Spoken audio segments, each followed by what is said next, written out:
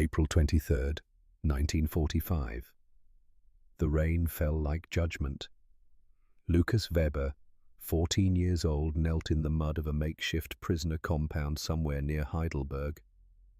His knees had gone numb an hour ago. Now the cold had worked its way up through his thighs into his stomach, wrapping around his heart like wire.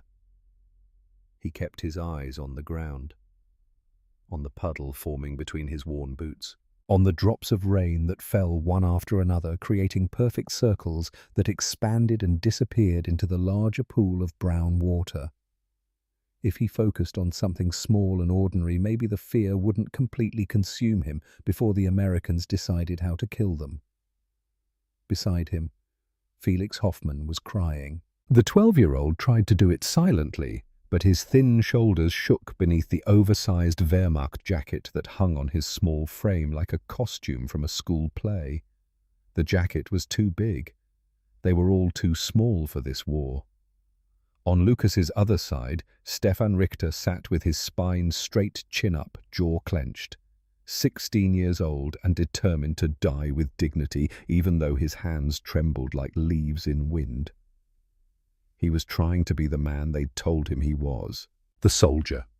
The defender of the fatherland. But his hands knew the truth his pride wouldn't admit. Otto Klein, 13, stared straight ahead with eyes that had stopped seeing anything days ago. And Pascal Bergman, 15, whispered prayers under his breath. Prayers to a god none of them really believed in anymore.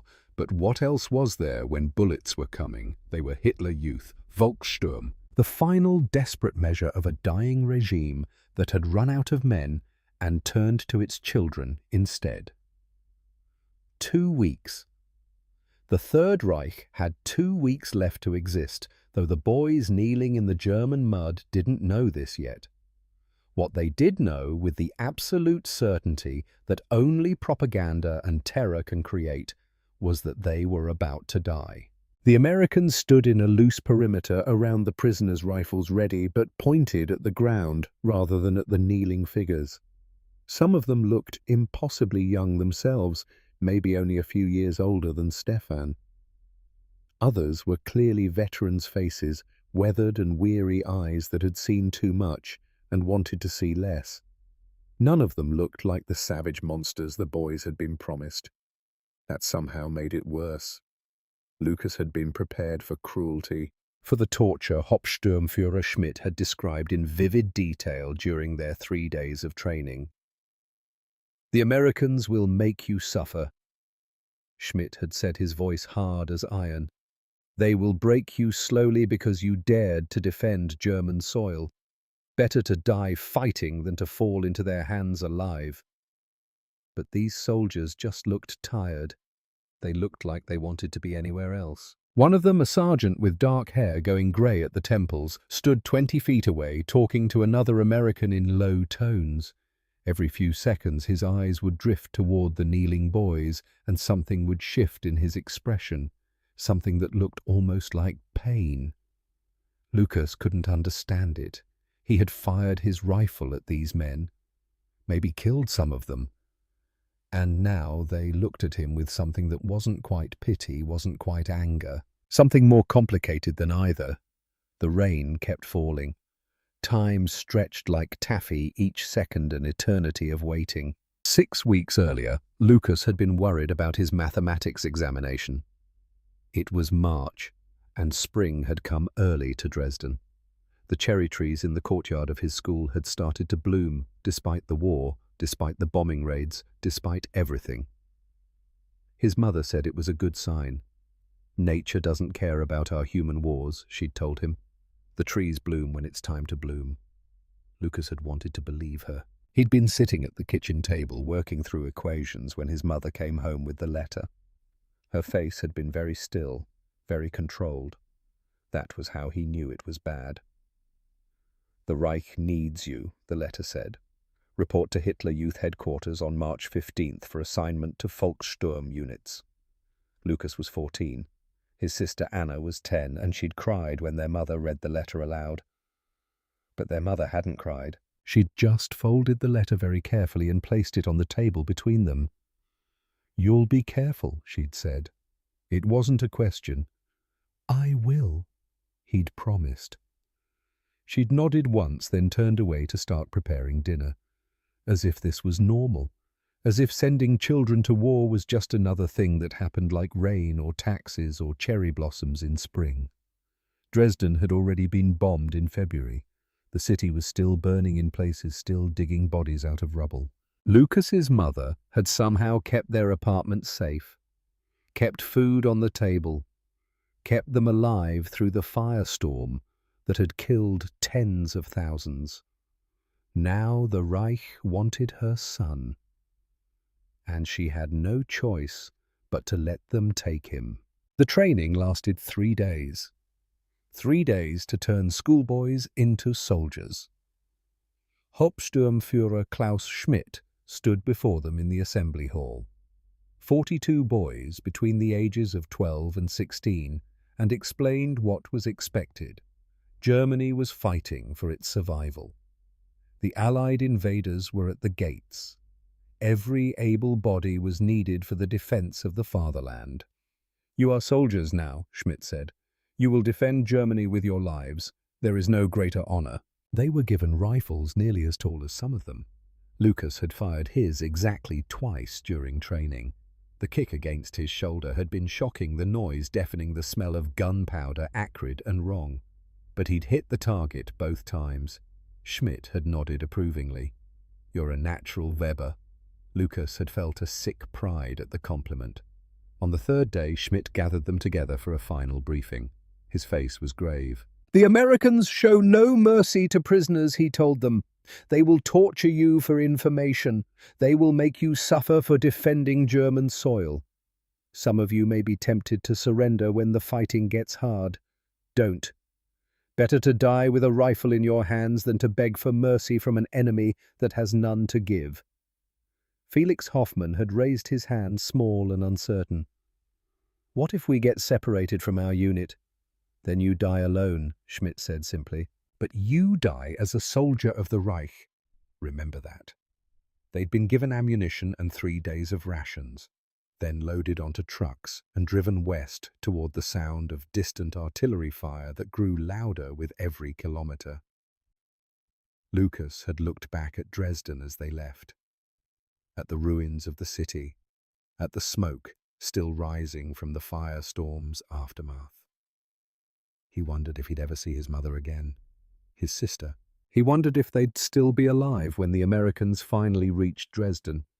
If he'd be alive to find out. The bridge was small, just a stone structure over a creek that had probably been there for centuries, beautiful in its way, the kind of place you'd take a picnic on a summer Sunday before the war. Now it was a defensive position. Lucas and 19 other Hitler youth had been ordered to hold it, to stop the American armor from crossing, to buy time for the regular Wehrmacht units to establish a new defensive line somewhere to the east. They had rifles and 3 Panzerfaust anti-tank weapons. The Americans had tanks.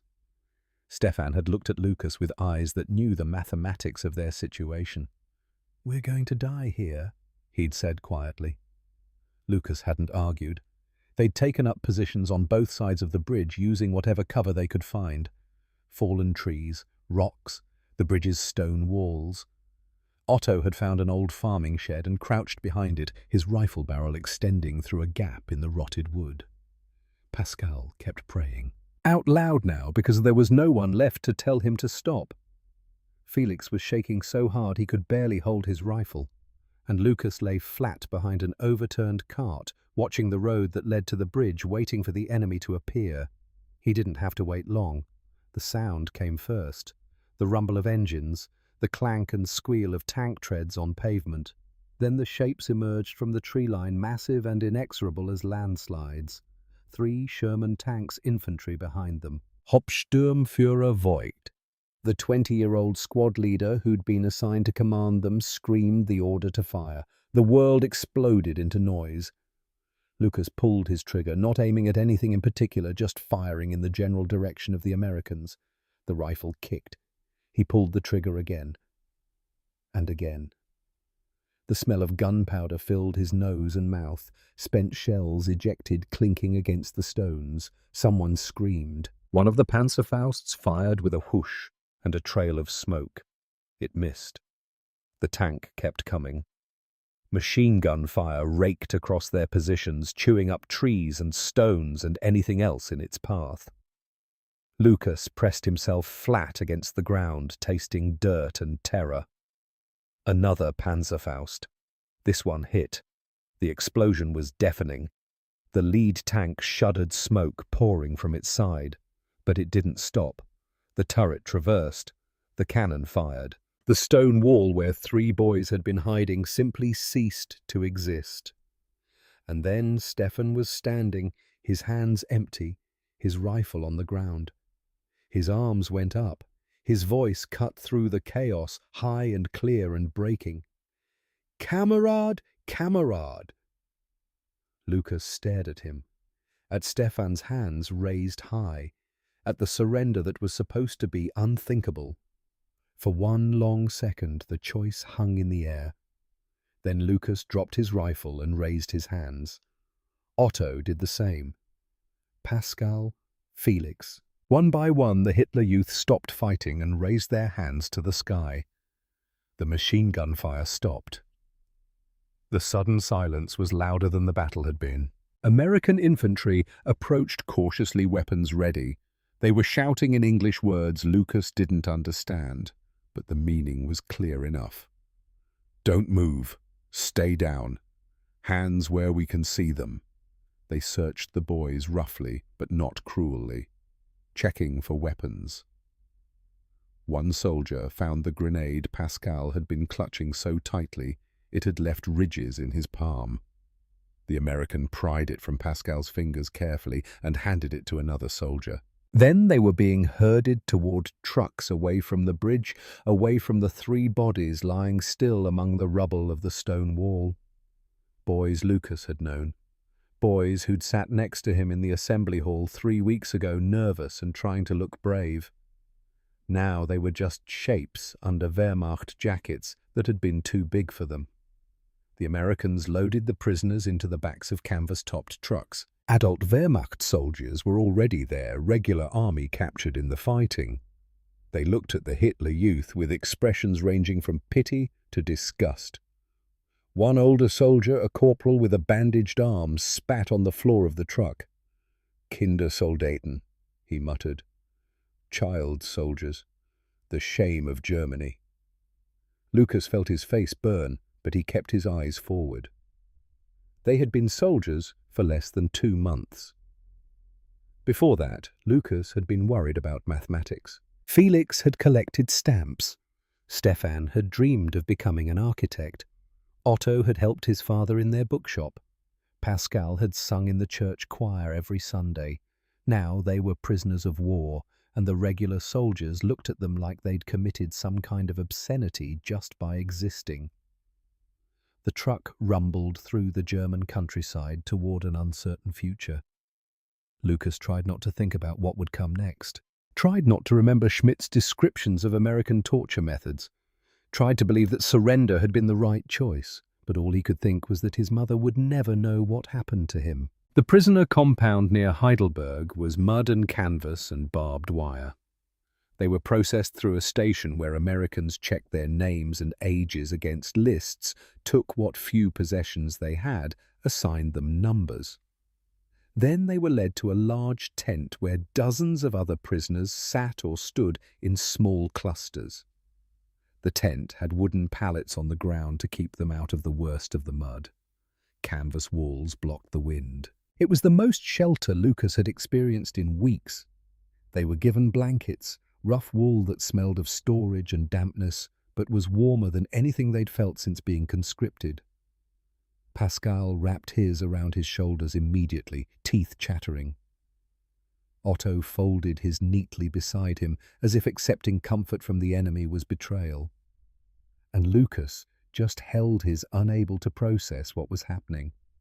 This wasn't torture, this was mercy. But why hours passed in the tent? Each minute stretched into an eternity of waiting. Around them, the sounds of the compound created a constant backdrop. Guards calling to each other in English, trucks rumbling past, the occasional shout or clatter of equipment. But no one came to hurt them. No one came to interrogate them. They just waited, and the fear slowly shifted from sharp terror to dull anxiety. What were the Americans planning? Night fell. Electric lights strung throughout the tent flickered to life. The 5 boys from the bridge drew closer together instinctively, seeking safety in proximity.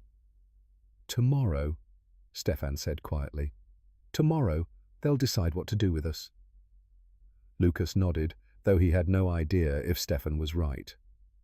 Sleep came in fits and starts, broken by nightmares and the sounds of other prisoners moving in the darkness. Morning arrived with unexpected sounds, not gunfire or the stomp of boots coming to drag them away.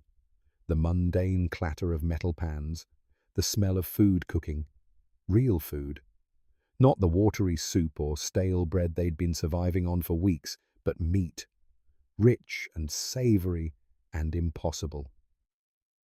Lucas's stomach growled, reminding him that fear didn't erase hunger. An American sergeant appeared at the tent entrance, tall, broad-shouldered with dark hair greying at the temples, the same one who'd been watching them yesterday with that complicated expression. He gestured for the prisoners to form a line. The adult German soldiers rose and shuffled toward the tent opening. After a moment's hesitation, Stefan stood and pulled Felix to his feet. The others followed. Outside, the morning was cold but clear. The mud from yesterday's rain was beginning to dry in patches. A serving line had been set up with American soldiers standing behind tables laden with food. Steam rose from large pots carrying smells that made Lucas dizzy with hunger. As each prisoner reached the front, they were handed a metal tray and served portions of scrambled eggs, beans, and something Lucas had never seen before. Long cylindrical pieces of meat nestled in soft bread rolls.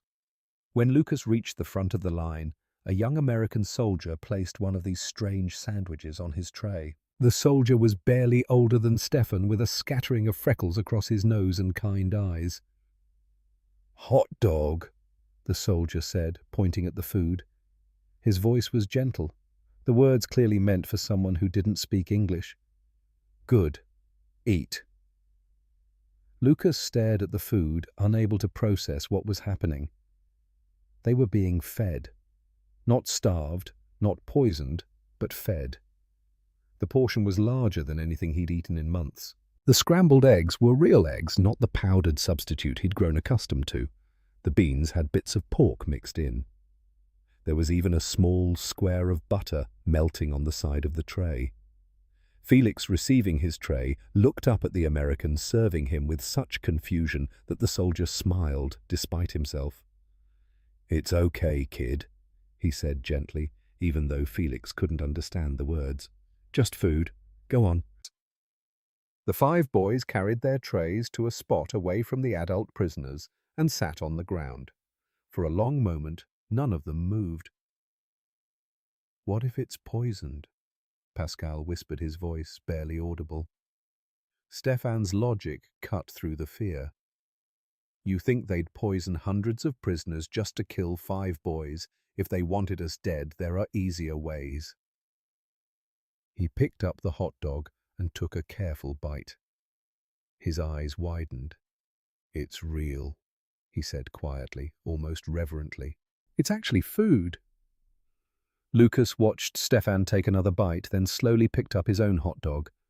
The bread was soft and fresh, nothing like the mouldy rations they'd received as soldiers. The meat inside was warm and seasoned with flavors he couldn't identify, but that made his empty stomach sing with desperate need. He bit into the hot dog, and for a moment the war disappeared. The taste was unlike anything in his recent memory. Salty, savory, rich with fat and spices. He'd forgotten that food could taste like this, that eating could be something more than just fuel to keep a body moving. This was different. This was abundance. This was care. He looked down at his tray and saw that everything was real. The eggs weren't powder. The beans had meat. The butter was melting into golden pools. It was more food than he'd seen in one place since before the war had turned desperate. Beside him, Felix was crying again. But this time the tears fell onto his food as he ate with desperate intensity, as if afraid someone would take it away, as if this miracle might vanish if he didn't consume it immediately. Otto ate slowly, methodically, his face carefully blank, but his hands shook as he held the hot dog. Pascal paused between bites to whisper a prayer. This one sounded more like gratitude than fear. And Stefan, who had maintained his composure through their capture and imprisonment, ate with an intensity that revealed just how hungry they had all been. Around them, other German prisoners were having similar reactions. Some ate in silence, others spoke in low voices expressing confusion about why their captors were feeding them so well. The American soldiers moved through the area, offering seconds to anyone who wanted more. Seconds. Lucas could barely comprehend it. When a young private approached their group with a pot of coffee, Lucas flinched instinctively, but the soldier just filled the metal cup attached to each of their trays, his movements casual and unthreatening. He paused when he reached Felix, seemed to notice how young the boy was, and returned a moment later with a canteen of water instead. Apparently deciding coffee was too harsh for a 12-year-old. The gesture was so unexpectedly thoughtful that something cracked inside Lucas's chest. This was the enemy. These were the soldiers they'd been taught to hate and fear, the invaders who supposedly wanted to destroy Germany and murder its people. Yet they were being fed better as prisoners than they had been fed as soldiers of the Reich. The contradiction was too large to fit inside Lucas's understanding of the world. 20 yards away, Sergeant Theodore Garrett stood at the edge of the compound watching the German boys eat. They were still tentative, still glancing toward the guards, as if expecting permission to be revoked at any moment. But gradually, they were remembering how to move like children instead of soldiers. He had been the one to suggest separating the young prisoners from the adults, had been the one to arrange for the sports equipment and the better rations. His commanding officer, Captain Bennett, had looked at him skeptically, but approved the request.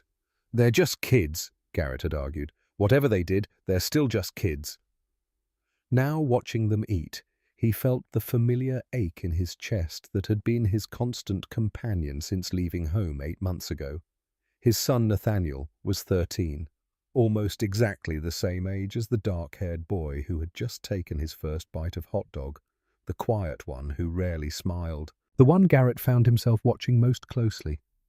He'd last seen Nate standing on the front porch of their house in Ohio, trying hard not to cry as his father prepared to deploy.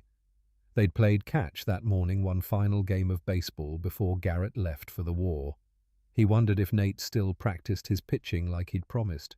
He wondered if his son had grown taller in the months since he'd been gone. Looking at these German boys, Garrett saw his son in every face. He saw Nate in the youngest one, the 12-year-old with the scared eyes who flinched at sudden movements. He saw him in the tall one trying to maintain dignity and control. He saw him in all of them. And the sight made him physically ill with a combination of grief and rage.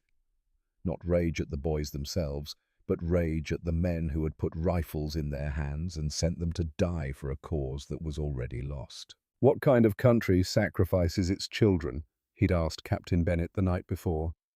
Bennett had no answer, just shook his head and poured them both another drink from the bottle they weren't supposed to have. Garrett thought about the Hitler youth training camps they'd discovered as they pushed deeper into Germany. He'd seen the propaganda posters showing young boys in uniform faces set with determination defending the fatherland. He'd read the captured training manuals that taught children to see dying for Germany as the highest honor. And he'd seen the results in the final weeks of combat. Kids who could barely hold rifles being thrown into defensive positions against battle-hardened American infantry. Some of those kids had fired at his men. Some of his men had been forced to fire back. These 5 boys had been luckier. They'd survived. They'd surrendered before being forced into a battle that would have killed them. Now, they were Garrett's responsibility. and he was determined that whatever else happened, they would be treated with the dignity that children deserved. He turned to Private Owen Caldwell, who was standing nearby.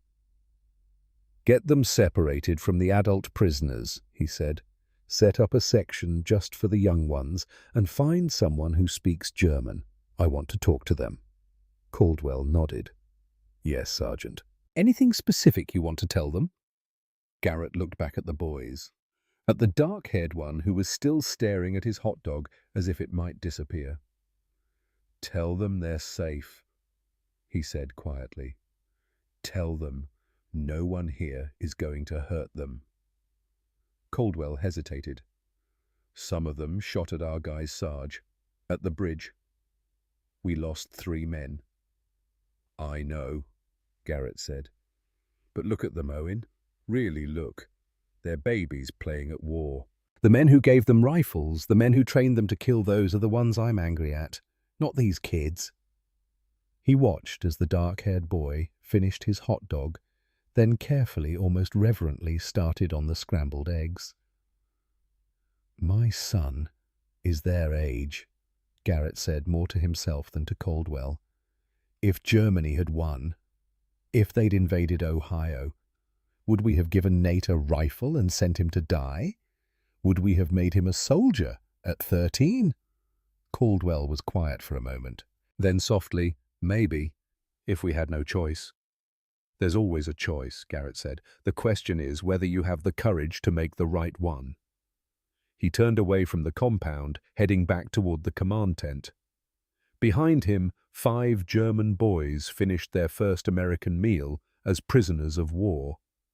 And somewhere in the mud and confusion and strange mercy of that morning, the first seeds of something unexpected began to take root. Not forgiveness exactly. Not yet. But the possibility of it.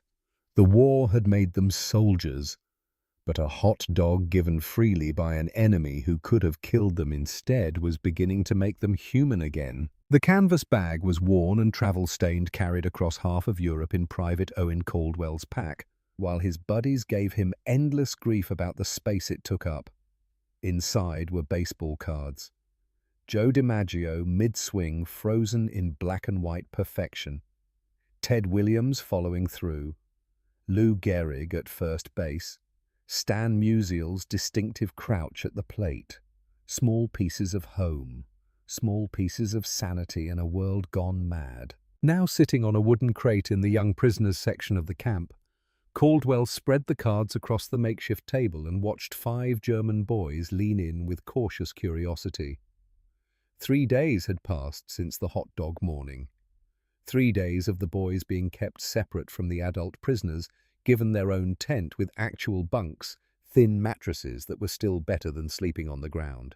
3 days of them waiting for the other shoe to drop, for the kindness to reveal itself as a trap. But it hadn't.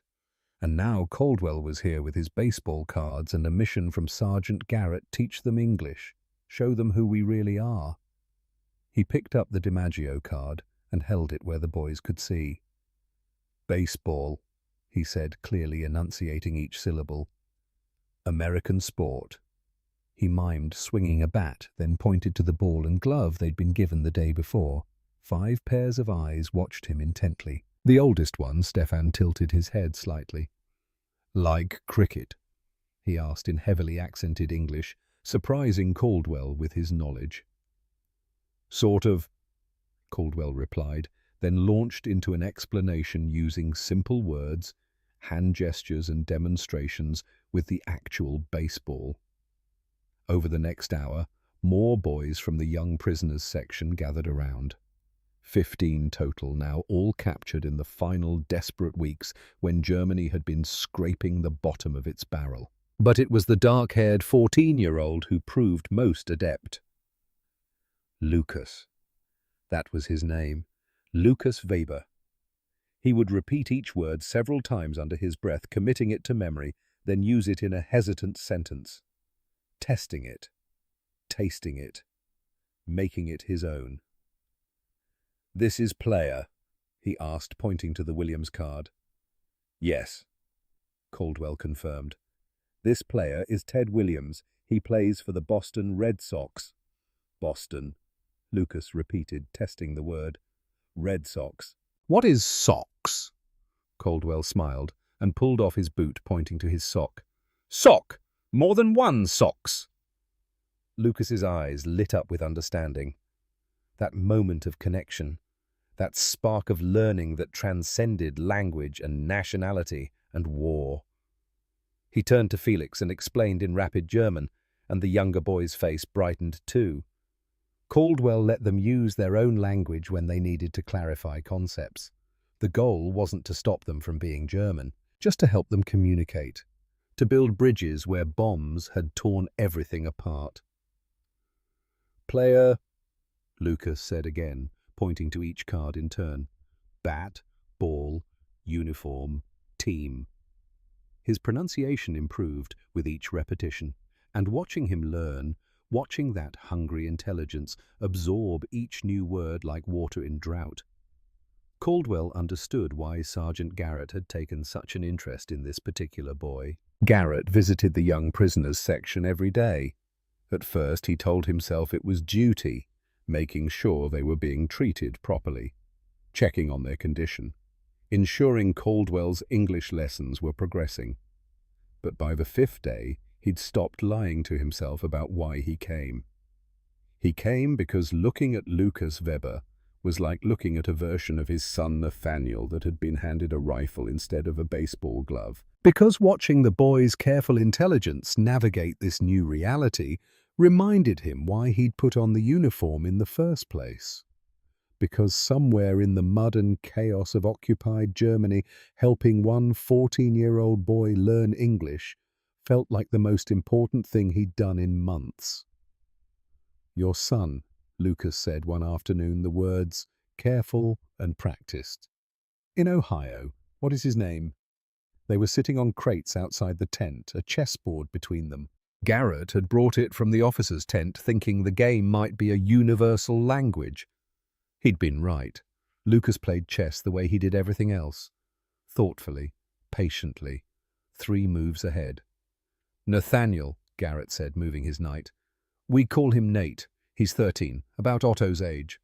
Lucas considered the board, then moved his bishop. He plays baseball. Every chance he gets wants to be a pitcher. Garrett studied the new position on the board. Lucas had just put him in check without making it obvious. He's got a good arm, better than mine at his age. You miss him?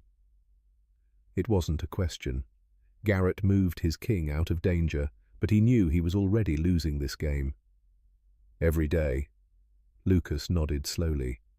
His English had improved dramatically in just a week, but he still chose his words carefully. My mother taught school, in Dresden, before. Before. That word carried the weight of worlds. Before the firebombing, before the war reached their doorstep, before everything ended. You don't know if she's alive, Garrett said gently. Lucas shook his head. I write letters. 3 letters. The Red Cross, they say they will try. But Dresden... He trailed off, moving a pawn almost absently. Dresden burned. February. Very bad. Garrett had seen the intelligence reports. Tens of thousands dead. The city essentially destroyed. If Lucas's mother and sister had been in the affected areas, he changed the subject. Nate wants to be an engineer. Builds things out of whatever he can find. Last letter I got, he'd made a model bridge out of toothpicks. Lucas's face did something complicated. Pain and longing and something that might have been memory. What is it? Garrett asked. The bridge, Lucas said quietly, where they captured us. It was beautiful bridge. Old stones. Maybe 200 years, 300. People built it to last. He moved his queen, putting Garrett in checkmate without seeming to notice. We destroyed it. For nothing. The chessboard sat between them, the game over. But the conversation had just begun. The letters arrived every 3 days. a canvas bag carried by Red Cross personnel, processed through military intelligence, carefully censored. Mail call was both the most anticipated and most dreaded event in the compound. For the young prisoners especially. Most of them had been separated from their families for months. Some didn't know if their families were alive. Others knew but couldn't reach them across the chaos of occupied Germany. The first mail call Lucas witnessed, he stood with the other boys and listened to names being called. Watched as some prisoners stepped forward to receive envelopes, their hands shaking. Watched others sag with disappointment when their names weren't called. His name wasn't called. Felix's wasn't either. But Otto Klein's was. The 13-year-old took the letter with trembling hands and walked back to their section. He sat on his bunk and opened it slowly, carefully, as if it might contain something fragile. His face went very still as he read. Then he folded the letter precisely, placed it in his pocket, and lay down on his bunk facing the canvas wall. He didn't speak for the rest of the day.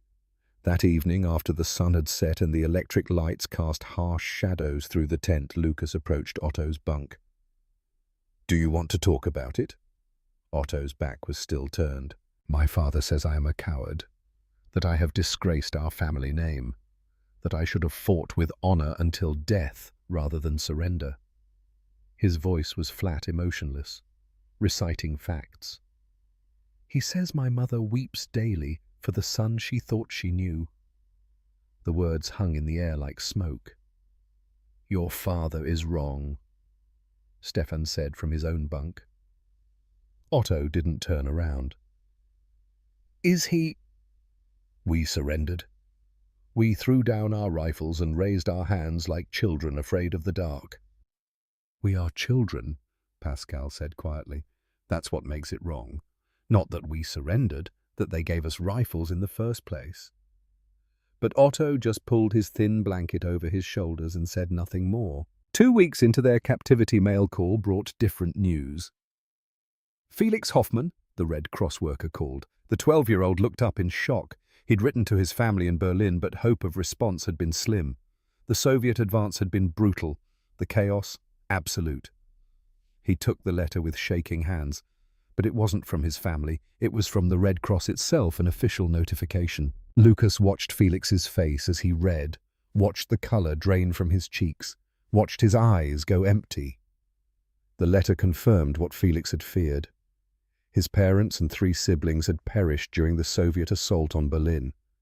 The Red Cross had verified it through multiple sources. There were no survivors. Felix was 12 years old, and he was utterly alone in the world. He didn't cry. He'd used up all his tears in the first days of captivity. He just sat very still, holding the letter, staring at nothing. Lucas sat beside him. Didn't speak. Just sat there, shoulder to shoulder, while the younger boy tried to process the end of his world.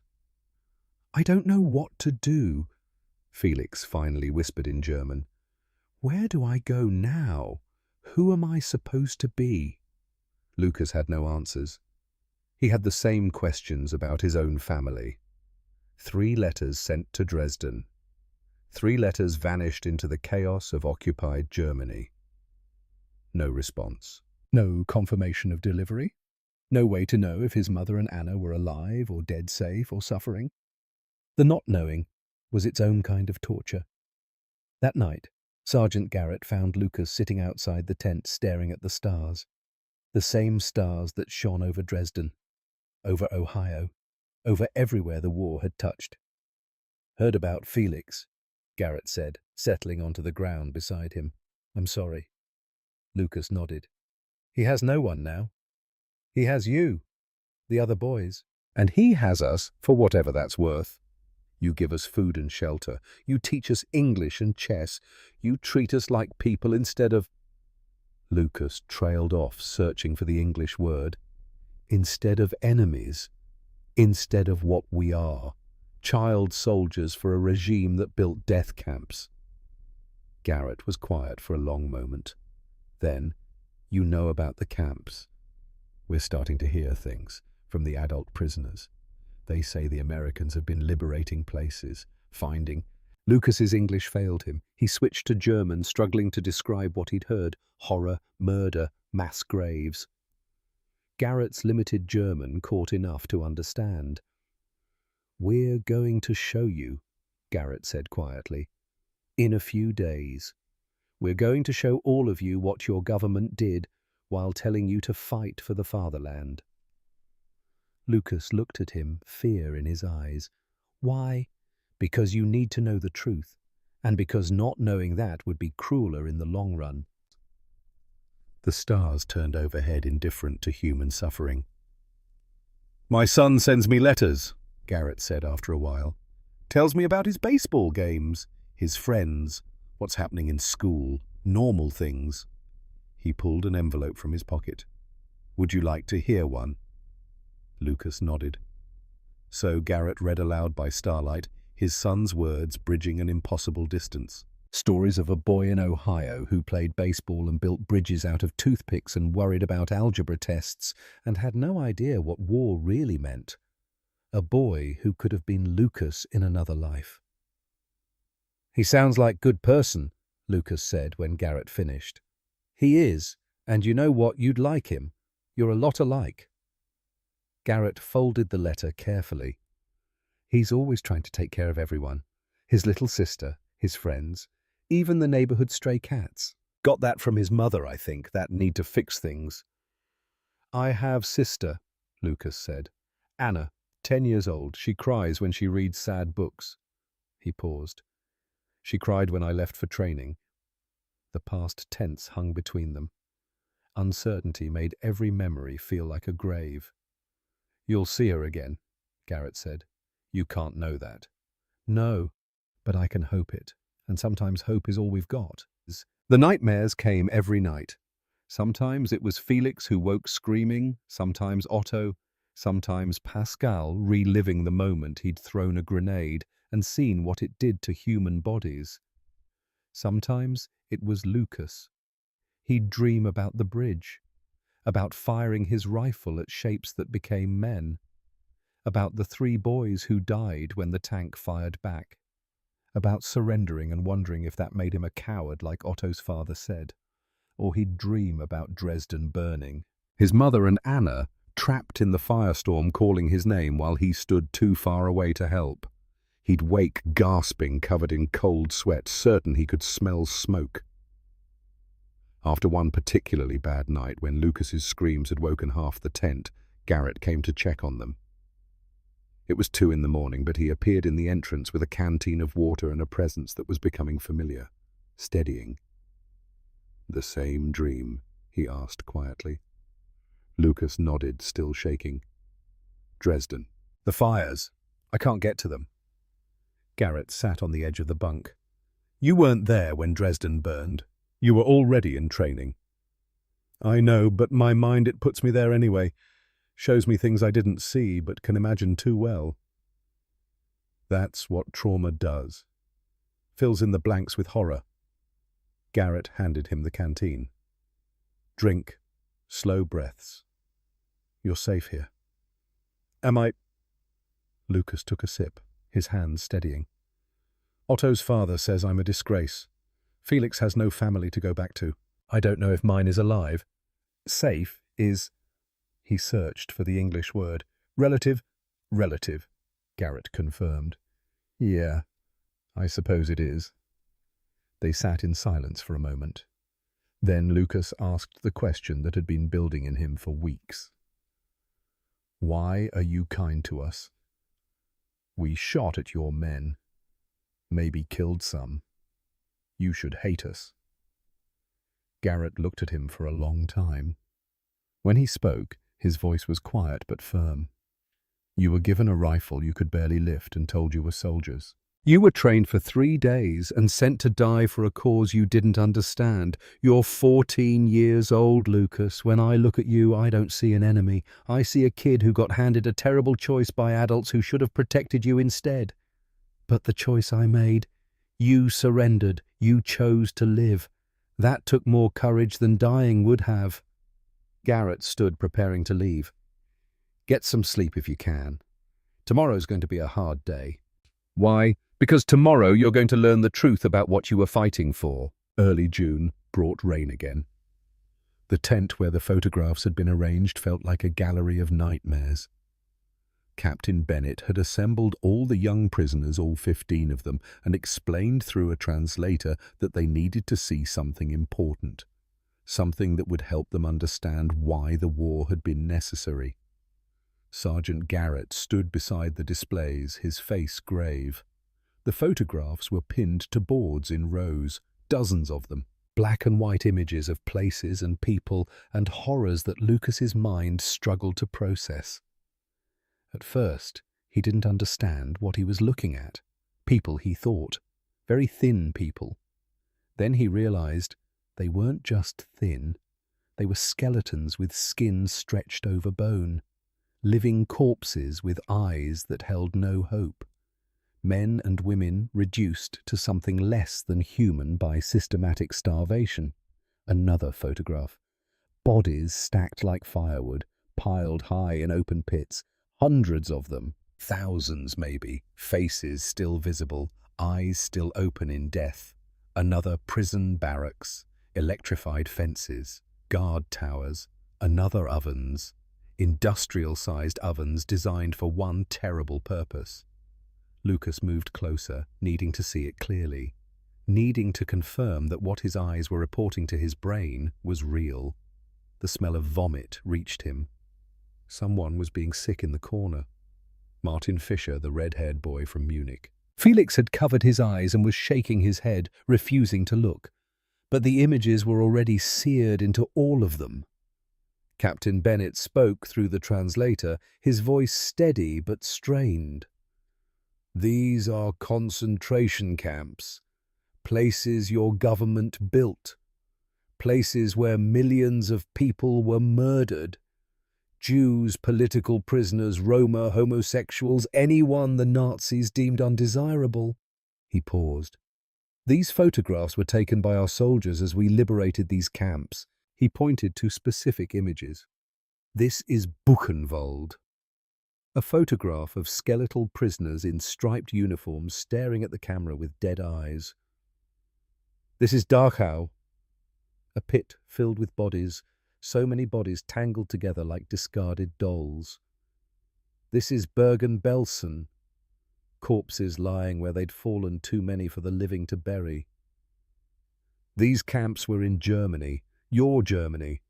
Some of you may have lived near them." Lucas felt his stomach turn. He'd heard rumors, whispers about work camps, about enemies of the state being relocated. But this was industrialized murder. This was genocide. "But we didn't know," Stefan said, his voice breaking. "We were told the camps were for criminals, for enemies of the Reich. We didn't know this was happening." Bennett's expression was unreadable. Many Germans are saying they didn't know. But these camps existed for years. Trains carried people to them. Smoke from the crematoriums filled the sky. "This happened while your government told you to fight for the fatherland." Lucas thought about his Hitler youth training, about the speeches on German superiority, about the need to protect the homeland from its enemies, about the pride he'd felt wearing the uniform. Everything had been a lie, not just some things. Everything. The country he thought he knew had never existed. It had been a carefully constructed fiction, and beneath that fiction was something monstrous. Otto stood frozen, staring at a photograph of children. Jewish children, no older than Felix, their eyes hollow, their bodies wasted, some already dead. Pascal was praying again, but this time his prayers sounded like apologies, like begging forgiveness from God for sins he didn't commit, but felt complicit in anyway. And Lucas just stood there looking at the evidence of atrocity and felt his entire worldview shatter like glass. This was what he'd been defending. This was the fatherland. This was the regime he'd worn a uniform for, carried a rifle for, shot at American soldiers for. The weight of it was crushing. Sergeant Garrett watched the boys process what they were seeing, watched the moment innocence died and terrible knowledge took its place. Watched 14-year-old Lucas Weber's face as everything he'd believed in turned to ash. When Bennett dismissed them, the boys stumbled out of the tent like sleepwalkers. No one spoke.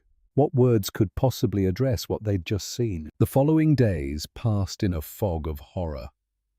The photographs haunted them. In the daylight, they moved through the camp like ghosts. At night, new nightmares joined the old ones. Not dreams of combat or burning cities, but dreams of skeletal faces and open pits, and the knowledge of what had been done in their names. Lucas found he couldn't eat. The food tasted like ash. The hot dogs that had seemed like miracles now felt obscene. How could he eat when millions had been starved to death? Garrett found him sitting outside the tent, staring at nothing. "You're not eating," the sergeant said. "How can I? How can any of us? We fought for that. We carried rifles and shot at your men to defend that." "You didn't know. Does it matter?" Lucas's voice cracked. "Not knowing doesn't change what happened, doesn't change that I wore the uniform, that I believed the lies, that I—" He stopped, unable to continue. Garrett sat beside him. "You were 14 years old. You were handed a rifle and propaganda and 3 days of training. What happened in those camps that's not on you?" "Then who is it on? Everyone says they didn't know. Everyone says they were just following orders. Everyone has an excuse." Lucas looked at Garrett with eyes that had aged a decade in a week. "If everyone is innocent, how did this happen?" It was the question of the age, the question Germany would be grappling with for generations. Garrett had no answer that would satisfy. So instead he asked, "What will you do with this knowledge?" "What do you mean?" "You know the truth now. The question is, what will you do with it? Will you carry this guilt forever? Or will you find a way to make something better from the ashes?" Lucas shook his head. "I don't know how. Neither do I. But I know that punishing yourself by starving won't help anyone. The people in those camps, they didn't get a choice about whether to eat. You do. Honor them by choosing to live, by being better than what you were taught." It wasn't forgiveness. It wasn't absolution. But it was a path forward, however narrow. Mid-June brought another assembly. Captain Bennett stood before the young prisoners with official documents and a translator. "The war in Europe is over," he said. "Germany has surrendered unconditionally. Now we must make decisions about repatriation." The word hung in the air. Repatriation. Going home.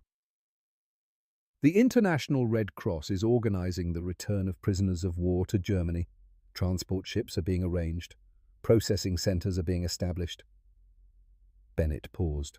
"Within weeks, possibly months, you will have the opportunity to return to your homes."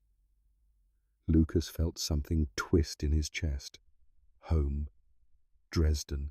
His mother and Anna, if they were still alive. "However," Bennett continued, "we understand that some of you may have special circumstances. Families lost or displaced. Homes destroyed. Some of you may need more time before you're ready to return. We can discuss individual situations." The deadline was July 1st, 3 weeks away. 3 weeks to decide between returning to a country that had committed genocide or staying with former enemies who had shown them mercy. That evening, Garrett found Lucas alone. "You're thinking about the decision," he said. Lucas nodded. "I don't know what to do. If my mother and Anna are alive, they need me. But if they're not—" He trailed off. "And even if they are, how do I go back? How do I face them knowing what Germany did? How do I live in a country that built those camps?" Garrett was quiet for a long moment. Then he said something that would change everything. "You could stay. In America. I could sponsor you." Lucas stared at him. "What?" "It's not guaranteed. The process is complicated, but there might be special provisions for minors who were conscripted. You'd need someone to vouch for you, provide support while you establish yourself. Garrett met his eyes. Nate's been asking about you. In his letters, he wants to meet his German brother. The offer hung between them like a bridge over an abyss. Why would you do this? Lucas asked. Because looking at you, I see my son. And I keep thinking, what if our situations were reversed? What if America had lost, and Nate had been conscripted, and some German sergeant had to decide whether to treat him like an enemy or like a child who deserved better? Garrett's voice was rough with emotion. I'd want that sergeant to choose mercy, to give Nate a second chance. But your son is alive, safe. I don't even know, which is exactly why you need time. Time to find out about your family. Time to decide what kind of future you want. And if you choose to stay, you'd have a place, a home. Lucas felt tears on his face. The first tears he'd cried since the photographs. I don't deserve this, he whispered. Maybe not. But mercy isn't about deserving. It's about choosing to break the cycle of hate. Garrett stood. Think about it. You have 3 weeks to decide. Whatever you choose, I'll support it. He walked away, leaving Lucas sitting in the gathering darkness with an impossible choice. Return to Germany and search for his family in the ruins. Or stay in America with a man who looked at him and saw a son instead of an enemy. Either way, he would be an exile. Either way, he would carry the weight of what he'd learned. But one path offered something the other didn't. Hope. The news leaked beyond the camp within days. Local newspapers got wind of the German child soldiers and the question of what to do with them. Editorial pages exploded with competing opinions. Some Americans wanted immediate deportation. These boys had fought for Hitler, age be damned. Send them back to face whatever consequences awaited. Others argued for compassion. They were children indoctrinated and conscripted. Punishing them served no purpose except perpetuating cycles of revenge. The debate reached Garrett through official channels. Captain Bennett called him into the command tent with a stack of newspaper clippings. Your pet project is becoming a political headache, Bennett said, not unkindly. We've got veterans groups demanding these kids be shipped out immediately. We've got church groups offering to sponsor them. Town meetings are getting heated. What's the official position? Washington is leaving it up to individual cases. If you want to sponsor the Weber kid, you can try, but there's going to be opposition. From who? Bennett handed him a letter. From people like this. It was from a Mrs. Margaret Thornton. Her son had died at Normandy, age 19. And now, she wrote, the army was coddling the very enemy soldiers her boy had died fighting. It was an obscenity, an insult to his sacrifice. Garrett read the letter twice, feeling the weight of her grief and rage. He understood it. How could he not? She'd lost her son, her only child, and here he was trying to save someone else's. But that was the thing about mercy. It was easy when it cost you nothing.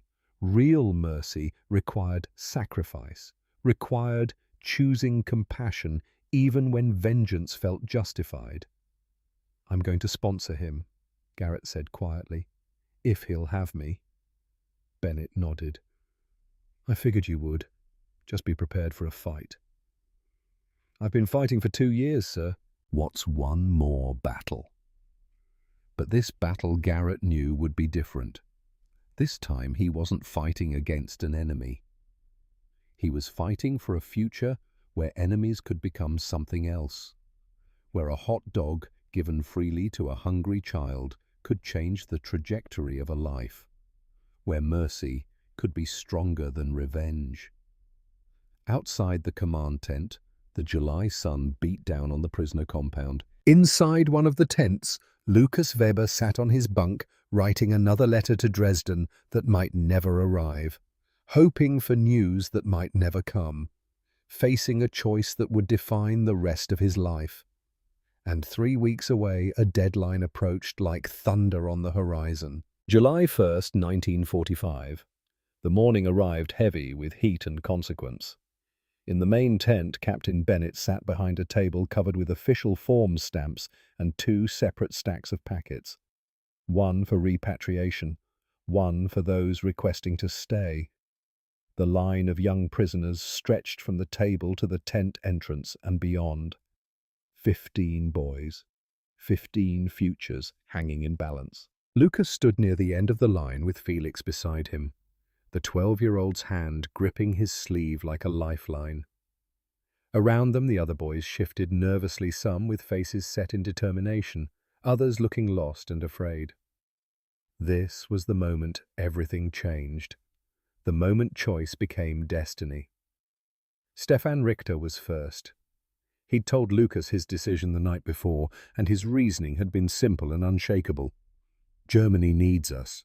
Not the Germany that was, but the Germany that must be built from its ashes. Now he approached the table with his spine straight, his 16-year-old shoulders carrying a weight they shouldn't have to bear. "I wish to return to Germany," he said in careful English, each word pronounced with precision. "I will help rebuild my country." Bennett nodded, made notations on the official form, and stamped it with authority. Stefan received a thick packet of information. Repatriation schedules, expected timelines, what to expect in the occupied zones. He shook Bennett's hand, then turned to where Garrett stood near the tent wall and shook his hand too. "Thank you," Stefan said, "for treating us like human beings. I will not forget." Garrett's throat worked. "Good luck, son." Stefan nodded once, then stepped aside. Pascal Bergman followed. The 15-year-old who'd sung in church choirs and still whispered prayers despite everything. "I return to Germany," he said quietly. "My grandmother, she is alone in Bavaria. She needs me." Another form stamped, another packet distributed, another future decided. One by one the boys made their declarations. Martin Fischer from Munich returning. His parents had survived. His house still stood. Werner Schmidt, the anti-aircraft gunner, returning, to bear witness, to tell the truth about American mercy. 8 boys total chose repatriation. 8 boys going home to rebuild or reconnect or face whatever awaited them in occupied Germany. Then came those who chose differently. Johann Becker, the orphan whose entire family had perished in the Soviet assault. No home to return to, no one waiting. "I request permission to stay," he said, voice shaking. "In America, if possible." Bennett's expression remained neutral as he made notes, but Garrett saw the slight softening around his eyes. Henrik Vogel followed, son of an SS officer, carrying his father's sins like stones around his neck. "I request to stay. I cannot go back to being that man's son." The packets for these boys were different. Immigration information, sponsorship requirements, temporary placement procedures. And then it was Lucas's turn. He stepped up to the table with Felix still clinging to his sleeve. The younger boy had already decided he couldn't return, couldn't face Berlin without his family, couldn't survive alone at 12 years old. Lucas had promised to stay with him, to be the older brother Felix had lost. But more than that, he'd made a choice that went deeper than promises or duty. He'd chosen hope over grief, future over past, the possibility of becoming something new instead of remaining what he'd been made to be. "We request permission to stay in the United States," Lucas said in English, his voice steady despite the hammering of his heart. "If possible, we wish to apply for immigration status." Bennett stamped 2 forms, handed over 2 packets. Behind him, Garrett's face showed relief and something that looked like pride. Otto Klein was last of their original group. The 13-year-old who'd received the letter from his father, the one calling him coward and disgrace, the boy who hadn't eaten properly in weeks, who moved through the camp like a ghost haunting its own life. He stood at the table for a long moment, silent, jaw clenched so tight Lucas could see the muscles jumping. Then quietly, "I request to stay. My father has made clear I have no home to return to. 5 forms stamped for staying, 8 for returning." Just like that, the group of boys who'd knelt together in the mud expecting execution was being split apart by choice and circumstance. The ones going home gathered their packets and began preparing for transport. Ships were scheduled to leave from Bremen within 2 weeks. The ones staying were taken to a different section for immigration processing. And that evening, as the sun set over the compound, Lucas found Stefan one last time. They sat on crates behind the tent where they'd spent the last 2 months learning to be children again. "You could stay," Lucas said. "Garrett would help you too." Stefan shook his head. "Germany is broken. Someone needs to fix it. And I think I need to go back to understand who I am now. Can't run from it forever." "Is that what I'm doing, running?" "No." Stefan's voice was firm. "You're running towards something. That's different. You're choosing a future instead of a past." He paused. "Besides, someone needs to tell the Americans that not all Germans are what the Nazis made us. You can do that better from here than I can from there." They sat in silence as darkness fell. "Will we see each other again?" Lucas finally asked. "I hope so. After things settle. After the world makes sense again." Stefan stood, offered his hand. "Don't forget German." "Yeah." "Don't forget where you came from." Lucas shook his hand, then pulled him into an embrace. Brothers forged in mud and mercy, separated now by choices that would define the rest of their lives. "Auf Wiedersehen," Stefan whispered. "Goodbye," Lucas replied. And in the space between those words a childhood ended and something harder began. The town meeting was held in the municipal building of a small Massachusetts town called Framingham, 15 miles from the POW camp. The room was packed.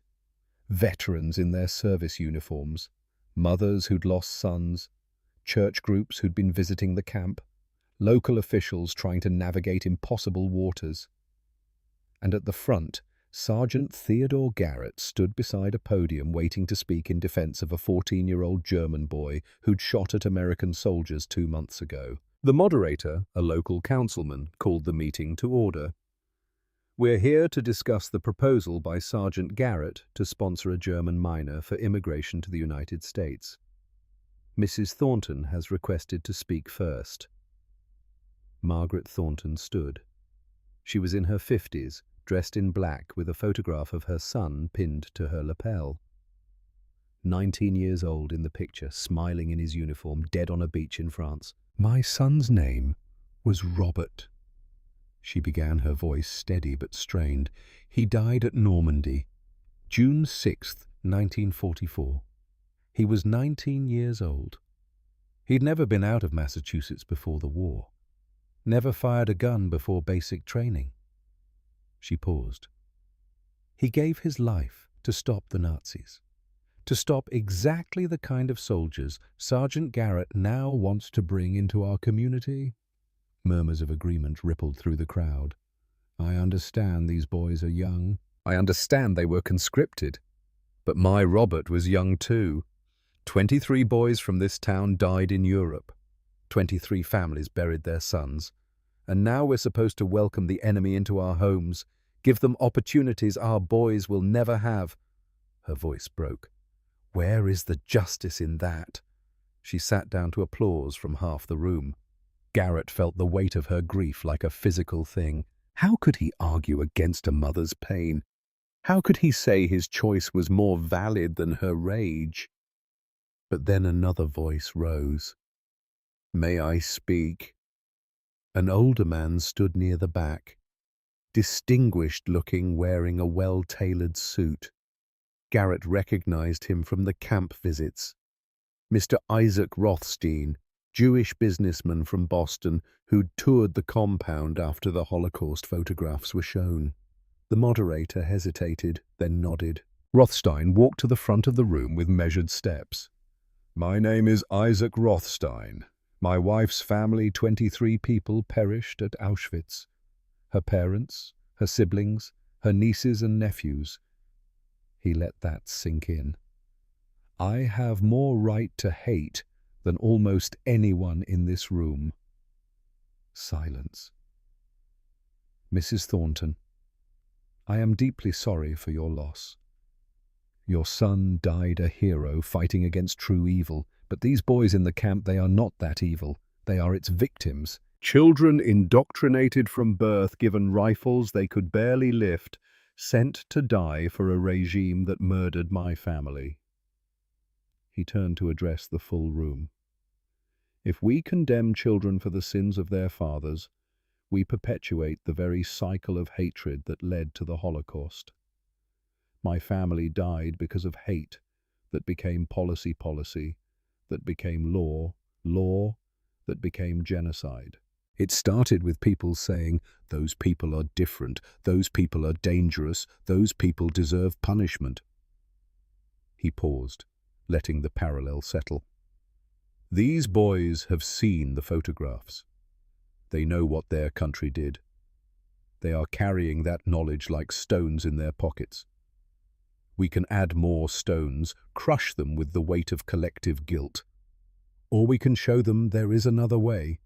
That mercy exists, that people can change." Rothstein looked directly at Mrs. Thornton. "Your son died fighting hate. Honor his sacrifice by refusing to let hate win now."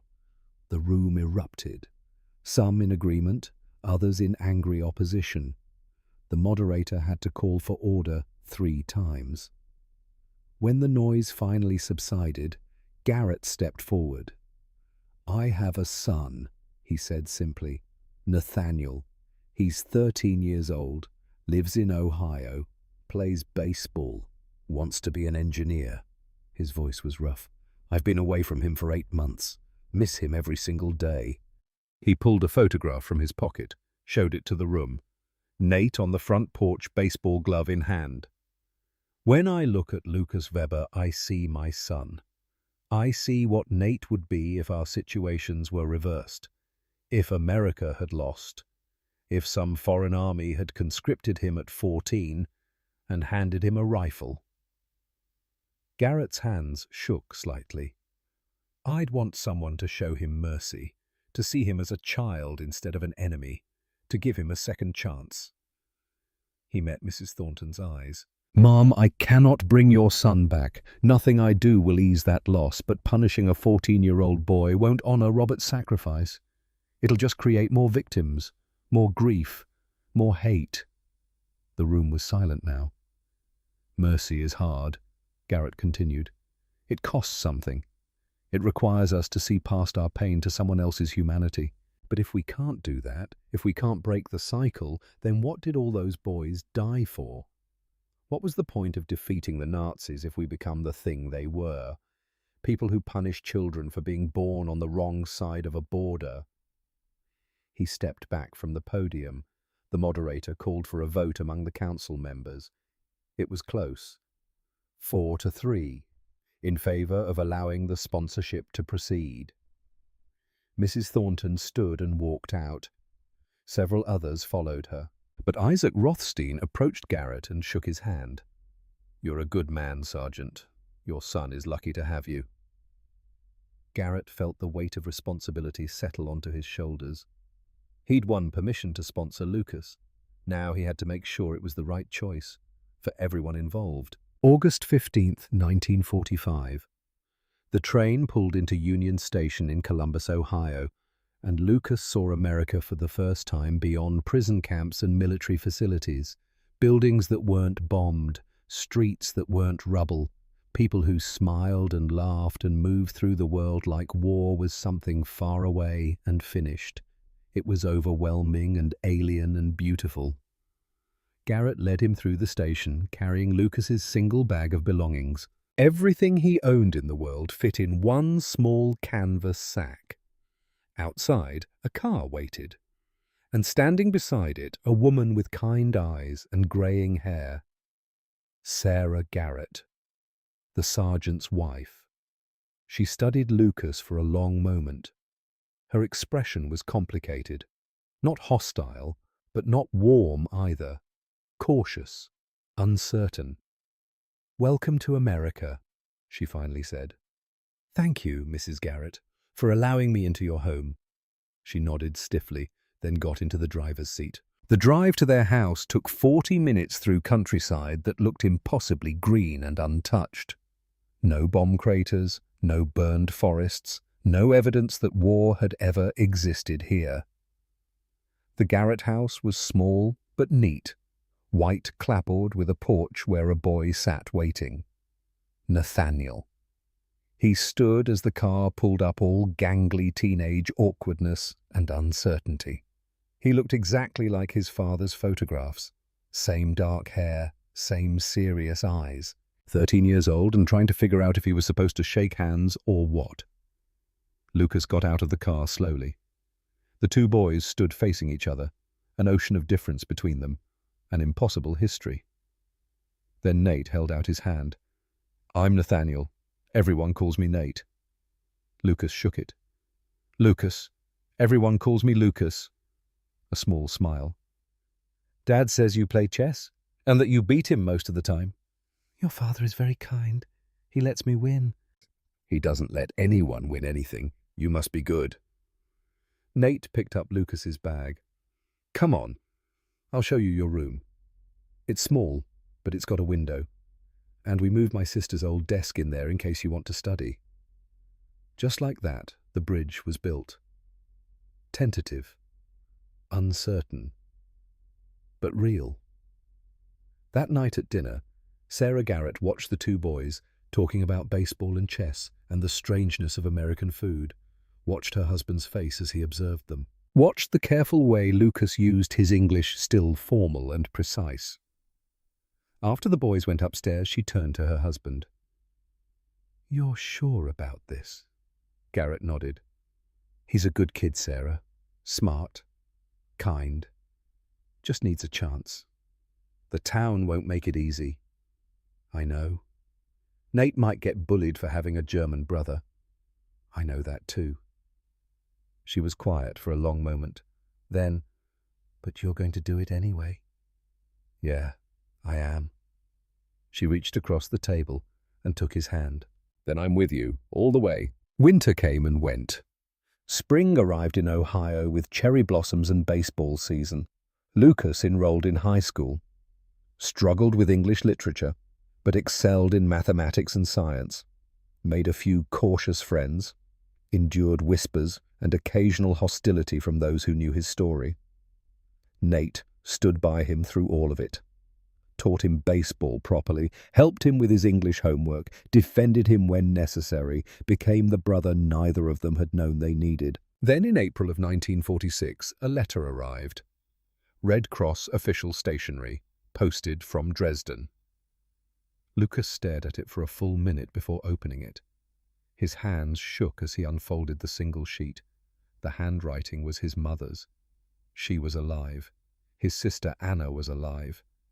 They had survived the firebombing by evacuating to the countryside, had returned to Dresden to find their apartment destroyed, but had found shelter with relatives. They were struggling but safe. Living under Soviet occupation. Rationing was severe. Work was hard to find. And his mother was begging him to come home. "We need you, Lucas. Anna asks about you every day. Please, if you can, if there is any way, come back to us."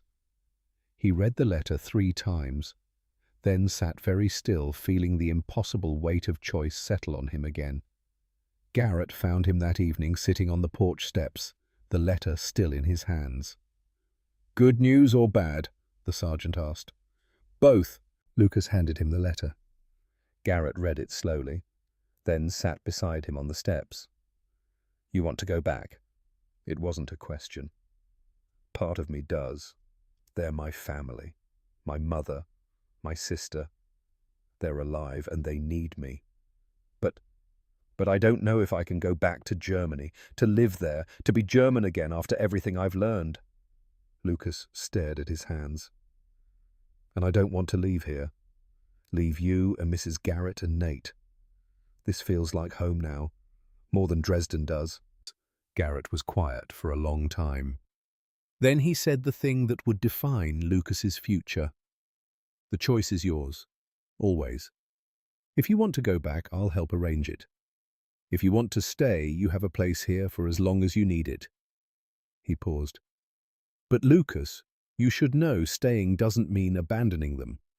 You can send money, write letters, visit when travel becomes possible. Being American doesn't erase being German.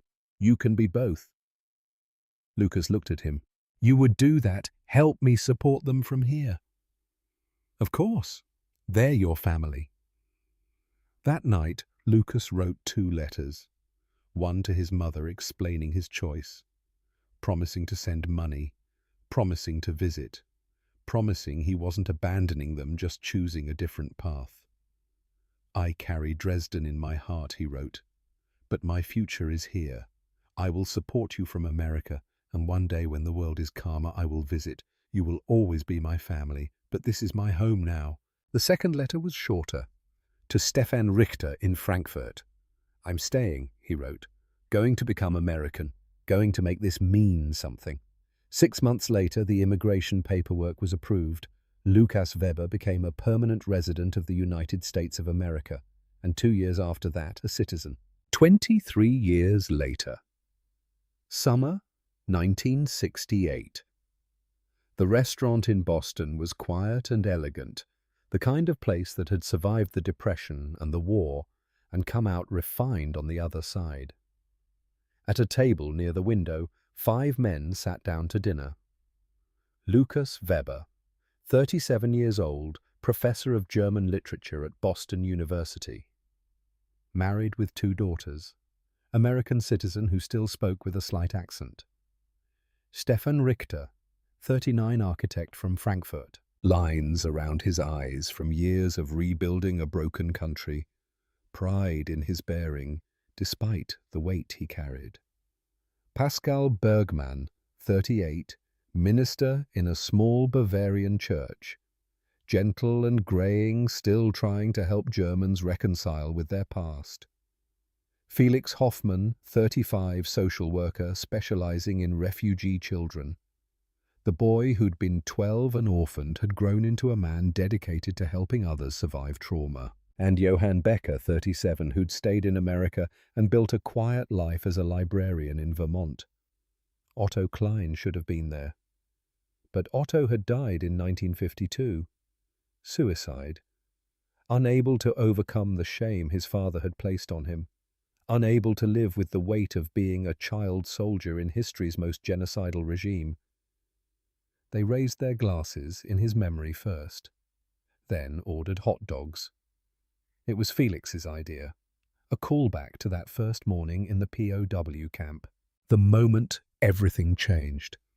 When the food arrived, they sat looking at it for a moment. Remember thinking it was poisoned?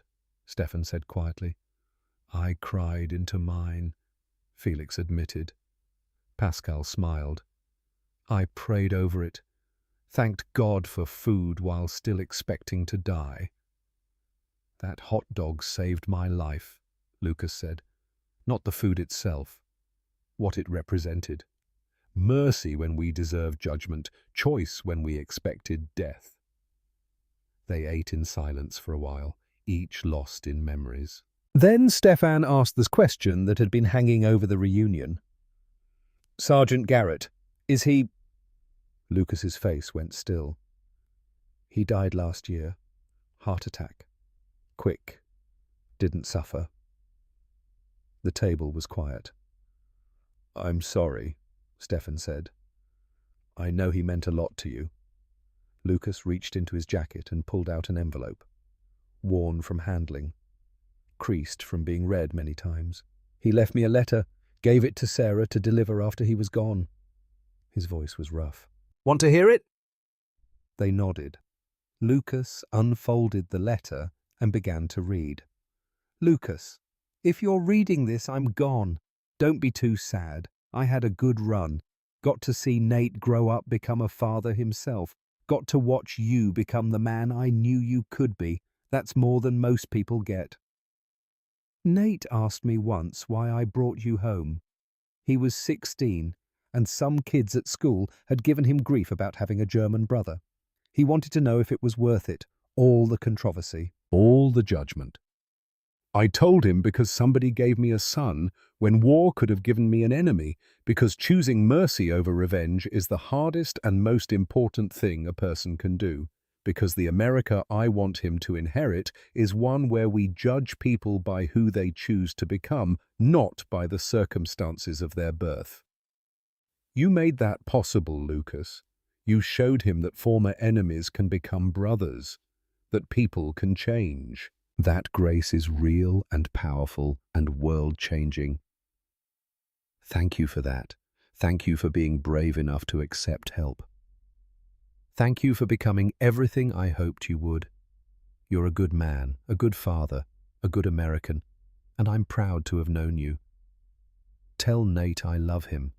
Tell your daughters their grandfather Garrett was proud of them too. And keep teaching Lucas, keep telling the story, keep showing people that mercy matters. Your friend Theo. Lucas folded the letter carefully. No one spoke for a long time. Finally, Pascal broke the silence. He was right, you know, about mercy changing things. Look at us, 5 boys who should have died in 1945, alive, healthy, making differences in the world. Stefan nodded. I've built schools in Germany, community centers, places designed for transparency and light.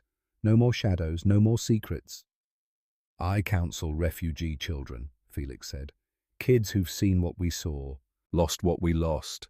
I help them understand they can survive, they can grow, they can become more than their trauma. Johann added quietly, I run literacy programs for immigrants. Help them learn English.